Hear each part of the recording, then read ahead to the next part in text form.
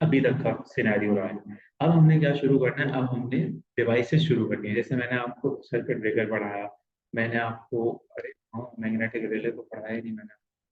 मैंने आपको magnetic relay से शुरू करा था, आज मुझे याद आ गया। मैंने आपको लीड स्विच पढ़ाया, ठीक है। मैंने आपको इसके साथ साथ और क्या पढ़ाया था, क्या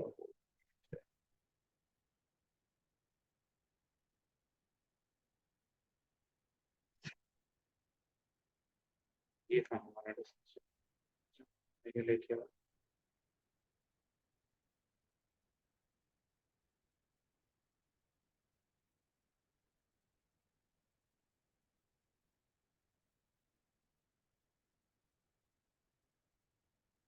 ये हमारा डिस्कशन है ना, राइट। हमने आज ये पढ़ना है मैग्नेटिक रिले, इसके बाद हम हो जाएंगे।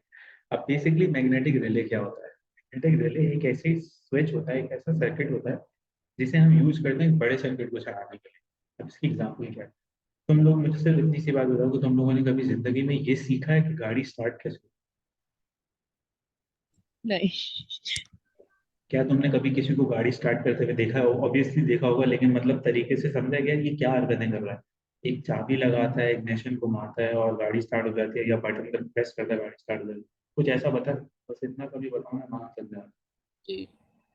जबरदस्ती नहीं। अब क्वेश्चन ये है कि लेट्स ना मान लो कि ये जो है ना कार का इग्निशन है, जिसमें गाड़ी में जो है ना की लगी हुई है, दिस इज कार इग्निशन, ठीक है।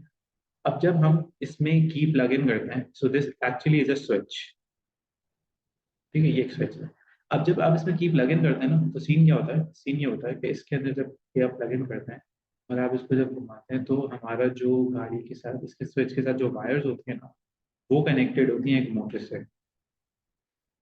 आपको वो साउंड का पता है? वो गाड़ी के स्टार्ट में जो आता है छिक छिक करके, कोई भी गाड़ी हो दुनिया की सिवाय ये वो जी। प्योरली इलेक्ट्रिक व्हीकल, उसमें आवाज नहीं आएगी, वरना हो। So that is this motor, ठीक है।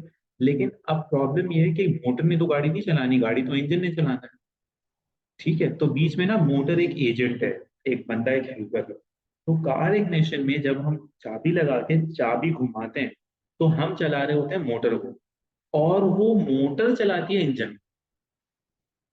समझ आई? बीच में क्या है, एक एजेंट है। So this is a magnetic relay working in the car.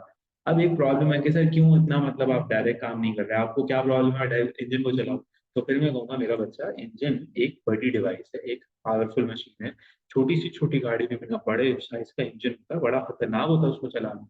हाथ आ सकता है उसकी मशीन के अंदर, करंट लग सकता है उससे, हाथ इंसान का जल सकता है, गाड़ी गर्म होगी, उसमें फ्यूल जा रहा होता है। तो उसको टच करना जरूरी नहीं है, उसको टच करना रिकमेंडेड नहीं है। पुराने जमाने में लोग एक्चुअली इंजन को स्टार्ट करते थे, और कितने इंजन ड्यूरिंग स्टार्टअप करंट मारते थे, लोगों को करंट लगता था, लोगों को फ्यूल लीकेज से बर्न हो जाते थे, लोगों को बड़ी प्रॉब्लम होती थी। तो लोग क्या करते थे, लोग गाड़ियां बंद ही नहीं करते थे, खड़ी खड़ी चलते रहते थे यार। स्टार्ट स्टार्ट करना बड़ा मुश्किल काम है। You guys get this? तो ये जो गाड़ी के अंदर मोटर लगा के इग्निशन बनाने वाला बंदा था ना, ये अलग ही लेवल का बंदा था। कि यार इसने एक इंसान की जिंदगी आसान कर दी, कि हमें चाबी लगाने में कोई डर नहीं, हमें बटन प्रेस करने में कोई डर नहीं, हम सेफ हैं। तो हम एक इक्विपमेंट यूज करेंगे और उसको घुमाएंगे, और उससे जो है हमारा ये चल जाएगा। ये बताओ, ये बात समझ में आई? जी। इज दिस पक्का पक्का अंडरस्टूड? यस। अच्छा, अब सीन ये है कि करना क्या है, या यहाँ पे होता क्या है। तो मैग्नेटिक रिले के जो क्वेश्चन होंगे ना, उसमें क्या होगा, उसमें एक पार्ट होगा सर्किट का, फर्स्ट पार्ट वो होगा जो हम ऑपरेट कर रहे हैं। सेकेंड पार्ट वो सर्किट का होगा जो ऑटोमेटिकली फर्स्ट पार्ट के ऑपरेट होने की वजह से ऑपरेट हो रहा होगा। जैसे मैंने कार एग्निशन की एग्जांपल दी, चाबी मैंने लगाई थी, मोटर को मैंने चलाया। तो फर्स्ट पार्ट ही मोटर है, सेकेंड पार्ट क्या है, इंजन है। तो मोटर के साथ जो इंजन कनेक्टेड है उसको मैंने नहीं चलाया, इंजन को मोटर ने चलाया, मैंने सिर्फ मोटर को चलाया। You guys get it? तो मेरे एक सर थे, मुझे बड़े अच्छे तरीके से उन्होंने समझाया था, देखो बेटा, रिले समझने के लिए ना ये सोचो कि जो अम्मा अब्बा होते हैं ना, और जो उनकी औलाद होती है, उनका मकसद ही होता है, औलाद होती है रिले। क्या मतलब है इस बात का? अब अब्बा घर में आए, अब्बा ने कहा कि मुझे पानी पिलाओ। तो अब घर में अब्बा को जो बच्चा नजर आएगा ना, जो बच्चा नजर आए, उसका फर्ज ये बनता है कि वो जाए और पानी पिलाए, अगर उसको घर में रहना है, उसको रोटी कपड़ा और मकान चाहिए तब, अगर उसको अपनी जिंदगी प्यारी है तब। तो अब्बा खुद भी जाके पानी पी सकते थे, समझ आई? अब्बा अपना काम कर सकते थे, लेकिन क्योंकि अब्बा का एक बच्चा है घर में या बच्ची है या कोई भी घर में है, तो अब्बा ने एक अपना असिस्टेंट के थ्रू काम करवाया। समझ आया मैंने क्या कहा? जी अब अगर आगे वो असिस्टेंट ये बोले कि अब्बा पानी नहीं है, तो उस मजाक के ऊपर तो बाद में जाएंगे, अब्बा बोलेंगे बेटा तुमने ये हरकत क्यों की, तो that assistant has to complete the job, that assistant has to end that, तो वो उसको करना ही करना है हर सूरत में, चाहे जो भी। ठीक है। सो जब आप ये कहते हो कि मैग्नेटिक रिले है, तो मैग्नेटिक रिले में दो पार्ट होंगे, part one small circuit, part too dangerous, high powerful, high voltage, high heat, कोई भी इनएक्सेसिबल सर्किट। ठीक है। जी अच्छा, इसमें एक और एग्जांपल मुश्किल वाली है, वो थोड़ा सा रेलेवेंट तो समझ आ जाएगी लेकिन मुश्किल है। उसमें मैं सर्किट बनाऊंगा नहीं, इसमें सिर्फ सर्किट में समझाऊंगा। You guys have any idea what a stand by generator is? सुना हुआ है। है ना। अब देखो for example, stand by generator, generator का तो हमें पता है कि वो लाइट जाएगी तो चलेगा। तो उसमें एक सीन ये है कि अगर मैं हॉस्पिटल बना रहा हूं, ठीक है, अगर हम हॉस्पिटल बना रहे हैं और हॉस्पिटल में लाइट चली जाए, ठीक है, अब लाइट बता के तो जाएगी नहीं, कभी भी जा सकती है। अब अगर हॉस्पिटल बना रहे हैं और हॉस्पिटल बनाते हुए बना लिया है और अब डॉक्टर्स वहां पे सर्जरीज कर रहे हैं और सर्जरी के बीच में लाइट चलेगी, तो क्या होगा? तो बंदा भी मर सकता है। ठीक है। तो सर्जरी रुक सकती है। ठीक है। और सर्जरी रुकने का मतलब है बंदा यकीनन मर जाएगा। तो अब हॉस्पिटल के जो ऑपरेशन रूम है, जो ऑपरेशन थिएटर्स हैं स्पेशली, वहां पे तो स्टैंड बाय जनरेटर का होना जरूरी है। वो स्टैंड बाय जनरेटर क्या करेगा? वो स्टैंड बाय जनरेटर वेट नहीं करेगा कि लाइट गई है तो मैं स्टार्ट हो, वो ऑलमोस्ट स्टार्टेड होगा हर वक्त। बात समझ में? यानी कि जब लाइट है तब भी वो पार्टली ऑन ही होगा, लेकिन जैसे ही लाइट जाएगी, जैसे जैसे ही लाइट जाएगी at the same instant electrical supply जो के इलेक्ट्रिक है वो बंद हो जाएगी और जनरेटर की ऑन हो जाएगी खुद ब खुद। You get it? जी तो आप नोट करो कि जनरेटर को स्टार्ट तो किसी इंसान ने किया होगा, राइट? जाहिर है जनरेटर तो इंसान ही चलाता है, लेकिन जनरेटर की जो सप्लाई है, जो मेन ऑपरेशन थिएटर में या आईसीयू में है, उसको किसी इंसान ने कंट्रोल नहीं किया, वो एक मैग्नेटिक रिले ने कंट्रोल। जैसे ही एक सर्किट बंद हुआ, दूसरा खुद ब खुद चलने लगा, उसके बीच में डिले नहीं। तो ये इसका बड़ी जबरदस्त किस्म का एप्लीकेशन है। अब वैसे अगर तुम सर्किट में फिगर वन को देखो जिसके ऊपर मैंने ये लेबलिंग की हुई है, तुम्हें समझ में आ रहा है कि क्या हो रहा है, क्या हो रहा है का क्या मतलब है। पहले मैं इस सर्किट को स्विच ऑन करता हूँ, जैसे ही मैं स्विच ऑन करता हूँ, ये ग्रीन कलर की वायर क्या है? ये है कोयल। और कोयल के अंदर ये ग्रे कलर का मटेरियल क्या है? ये है आयरन। आयरन क्या होता है? Magnetic substance. कोयल में क्या जाएगा? करंट। करंट जाएगा तो आयरन क्या हो जाएगा? मैग्नेटाइज हो जाएगा। जैसे ही ये मैग्नेटाइज होगा, जो सेम सर्किट ब्रेकर के अंदर सीन था वही हो जाएगा। ये इस आयरन बार को क्या करेगा? मैग्नेटिकली इंड्यूस करेगा और अट्रैक्ट करेगा ये नीचे। जैसे ये नीचे आएगी, वैसे ही सर्किट क्या हो जाएगा? कंप्लीट। ठीक है। जी पक्की बात है, बात समझ में आई? 1 मिनट लो और उसको देखो, फिर मुझसे सवाल पूछना अगर नहीं समझ में आया। सिर्फ 1 मिनट लो।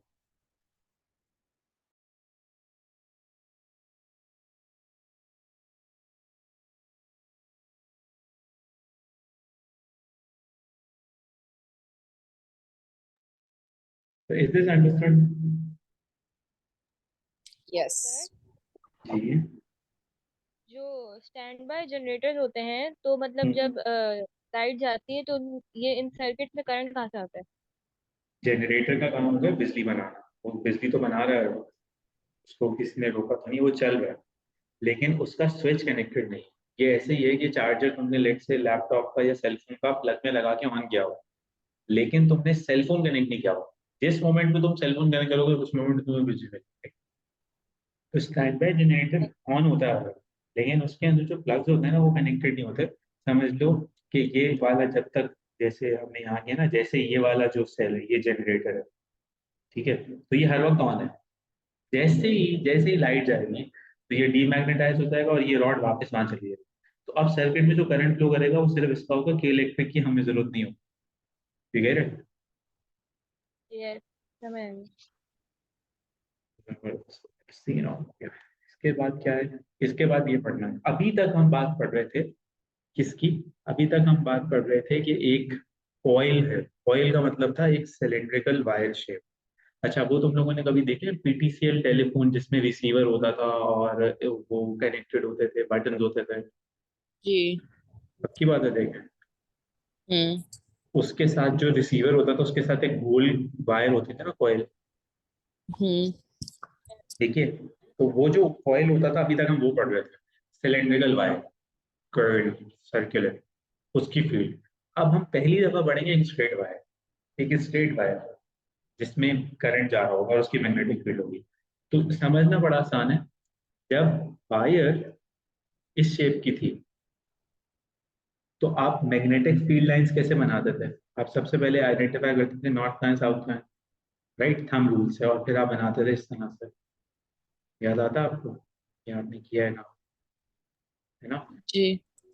आप ये करते, सेट है, सीन हो गया। अब अगर मैं आपसे ये पूछूं कि यार ये जो वायर थी, इसकी फील्ड किस टाइप की थी, तो क्या मैं कह सकता हूँ कि इसकी फील्ड स्ट्रेट लाइंस थी, इस तरह से, स्ट्रेट?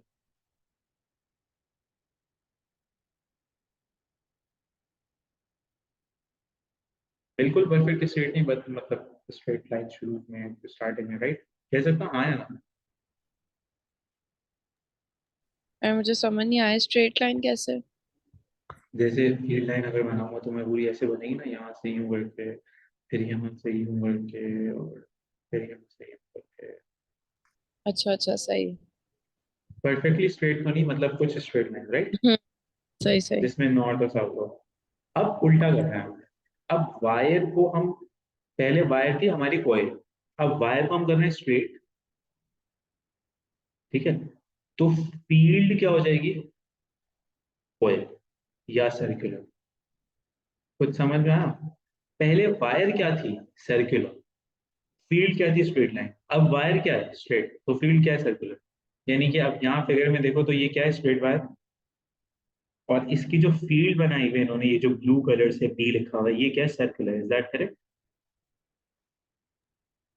यस। तो ये फर्क है एक स्ट्रेट लाइन वायर का, और ये फर्क है एक क्या कहते हैं, कॉइल का, जो अभी तक कर रहे थे। अभी तक आपने कॉइल में पढ़ा सिर्फ, सब पूरी पढ़ा, आपने कुछ भी नहीं पढ़ा स्ट्रेट लाइन अभी तक। लेकिन अब आप पहली दफा स्ट्रेट लाइन वायर जो है ना, उसकी फील्ड पढ़ेंगे। तो दोनों के लिए right hand grip rule use हो। अब सवाल ये कि राइट हैंड ग्रिप रूल हमने पहले कैसे यूज किया, तो उसमें मैं आपको ये बात समझाते आया था बार बार कि जो आपकी फिंगर्स हैं वो बेसिकली आप अलाइन करते हो किस डायरेक्शन में। जवाब था उसका फ्लो ऑफ करंट की डायरेक्शन, है ना? और आपका जो थंब था राइट हैंड का, वो पॉइंट करता है किस डायरेक्शन में, तो उसका जवाब था नॉर्थ की direction. Is that correct?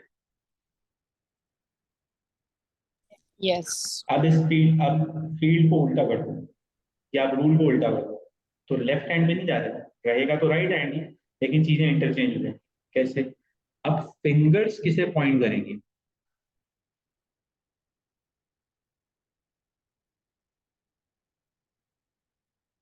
Magnetic field को, मैग्नेटिक फील्ड।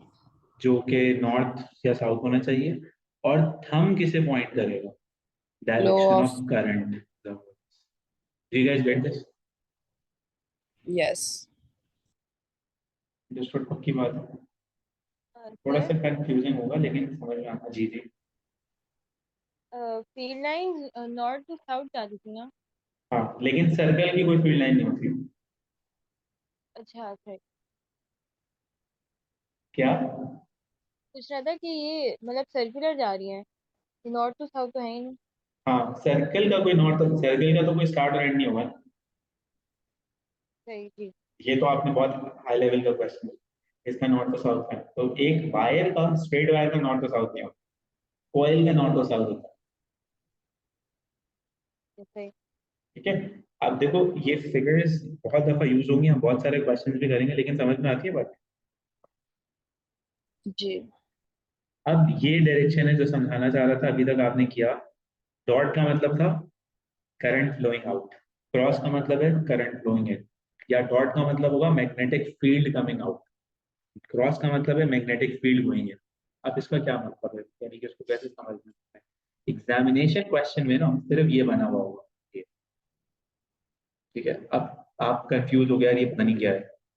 तो जब भी कुछ ऐसा बना हो ना, कुछ भी ऐसा बना हो, इसका मतलब है फिजिक्स का टीचर ये कह रहा है या एग्जामिनर ये कह रहा है something is coming out towards you, you need to, you know, you need to save yourself, they are going to hit you.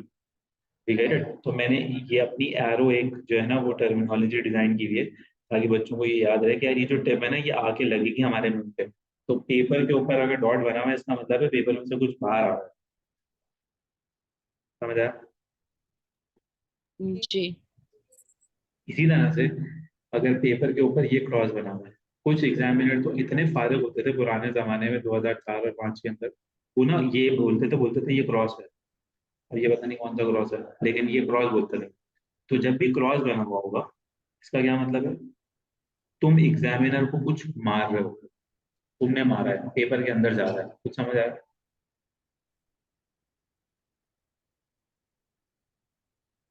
जी। तो ये याद रखना है। अब अगर करंट देगा या मैग्नेटिक फील्ड देगा या जो भी कुछ देगा दुनिया की जो भी चीज दे देगा, डॉट का मतलब है आउट, क्रॉस का मतलब है in. Is this understood? Yes. अब आता है कि हम अगर दो वायर्स की बात करें तो वो दो वायर्स किस तरह से अलाइन होगी या उन दो वायर्स का किस तरह से हिसाब किताब है। ठीक है, अब ये समझना है आपने। तो सबसे बड़ा प्रॉब्लम क्या है दो वायर्स में, वो जो जैनब ने पॉइंट आउट किया था कि सर वायर अगर स्ट्रेट होगी, फील्ड तो सर्कुलर है, वो तो हमें समझ में आ गई बात, लेकिन सर नॉर्थ और साउथ तो पता ही नहीं है, तो हाउ वुड वी कंक्लूड कि two wires are going to repel और two wires are going to attract? Why? Because when we point north, right? So we know north is going to repel north, है ना? South is going to repel south. North is going to attract south. South is going to attract, right? This is what we know. But the problem is when you have a circular field, you don't have that north and south. You get it? Yes. So yes. how do we deal with this situation? तो पहली चीज क्या है? पहली चीज तो आप ये याद कर लें कि जब भी दो वायर्स में सेम डायरेक्शन में करंट जा रहा हो, दो वायर्स हो 10,000 वायर्स, करंट सेम डायरेक्शन में जा रहा हो, कहाँ जा रहा हो? सेम डायरेक्शन, एक ही डायरेक्शन में जा रहा हो, जैसे यहाँ पे जा रहा है। इसी तरह से लेट से ये वाली दो वायर्स थी, यहाँ पे इनमें करंट जा रहा है टूवर्ड्स लेफ्ट। ठीक है, फॉर एग्जाम्पल ये दो वायर्स हैं, इसमें करंट जा रहा है ऐसे, तो are these all same direction currents? Yes और no? Yes. Good. So whenever we have same direction of flow of current, wires are going to attract. They are going to what? Attract. बात समझ में आई? Yes. इसको याद लेकिन रखने का sir. आसान तरीका, अब क्यों करते हैं वो तो मैं समझाऊंगा आपको कि क्यों हो रहा है ये सब, क्या हो रहा है। लेकिन वो वायर्स एक दूसरे को अट्रैक्ट करेंगे अगर उनमें करंट की डायरेक्शन सेम। बात समझ में आई? जी। ठीक है, अच्छा अब याद करने का क्या तरीका है, ये तो अभी तक डिस्कशन नहीं बना। कभी भी कंफ्यूज होने की जरूरत नहीं है, बड़ा ही आसान तरीका मैं आपको बताऊंगा, याद हो जाएगा। वो कैसे? दो लोग, आप और आपका दोस्त, आप और आपकी दोस्त, और आप या आपके साथ कोई दूसरा जो आपको अच्छा लगे, वो दोनों साथ जा रहे हैं, उन्होंने लंबी सफर में जाना है, बहुत लंबा उम्र सफर, तो वो एक दूसरे का हाथ पकड़ के जा रहे हैं, तो उनमें अट्रैक्शन ज्यादा होगी ना, प्यार मोहब्बत भी बढ़ेगा, they are going to love, they are going to understand each other, they are going to face the challenges whatever comes in their way. Do you get my point? Attract, ये ऐसे समझा देता हमारे टीचर, तो हमें याद होता था कि अट्रैक्शन हो रही है, दोनों साथ जा रहे हैं। लेकिन अगर वो दोनों लोग ही मिसाल के तौर पे आपस में ठट्टा करते रहे, हर वक्त लड़ते रहे कि तुम इस रास्ते से क्यों नहीं जा रहे हो, तुम्हारी वजह से ये हुआ है, तो तुमने पैसे क्यों नहीं दिए, तो हम बस से नहीं जाते, तो हम ट्रेन से चले जाते, मसले मसाले। तो when they are moving in opposite direction, जब एक दूसरे का ठट्टा चल रहा है, तो they are going to repel. Do you get it? Yes. That is one of the reasons कि जब भी हम वायर्स का ग्रुप बनाते हैं ना, यानी कि जैसे घर में वायर्स यूज कर रहे होते हैं, एक वायर के साथ दूसरी वायर रख रहे होते हैं, तीसरी वायर लगा रहे होते हैं, चौथी वायर लगा रहे होते हैं, तो उसको हम एक दूसरे से या तो दूर रखते हैं ताकि अट्रैक्शन तो उनमें होगी क्योंकि उनमें सेम डायरेक्शन में करंट जाए, वरना हम उनके ऊपर ना इंसुलेशन जो रबर है ना वो चढ़ा देते हैं, रैप कर देते हैं। ठीक है, जी। समझ में आ गई बात? अब आप कोई सवाल कर रहे थे, वो पूछो।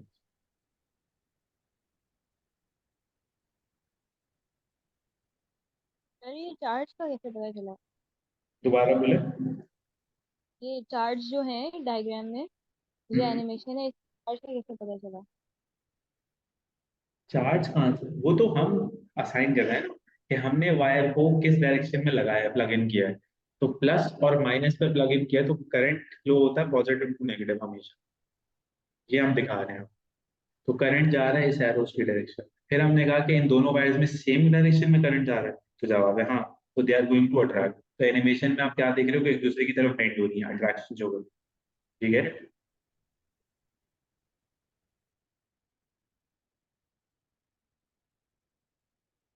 हेलो।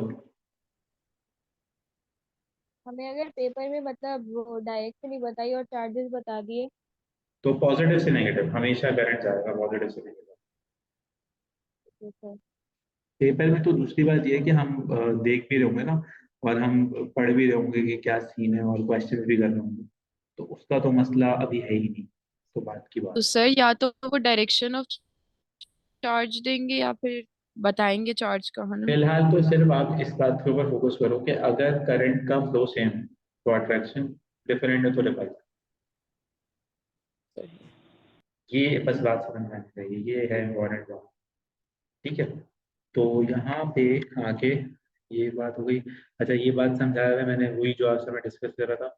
इसमें मुझे ये बताओ कि करंट का फ्लो डायरेक्शन क्या है, इज इट स्ट्रेट और is it circular? Straight. No, current का फ्लो है करंट सर्कुलर। करंट गोल घूम रहा है क्योंकि वायर गोल है, देखो। अच्छा। You realise it? फील्ड जी लाइन जी। स्ट्रेट। तो स्ट्रेट टाइप का क्या बन रहा है, मैग्नेटिक फील्ड कुछ स्ट्रेट जा रही है, यू गेट इट? जी। और अगर मैं कहूँ आपसे कि मेरे पास वायर स्ट्रेट हो, तो फील्ड कैसी बनेगी? Circular. Circular, you get it? Yes. तो फिलहाल यहाँ तक रखते हैं, ये स्लाइड मैं आपको पहले भी भेज चुका हूँ। अगर बस होगी एनी क्वेश्चन एनी डाउट, नहीं। फिर हम एंड करते हैं, ठीक है? ठीक है। अल्लाह ओके। हाफिज।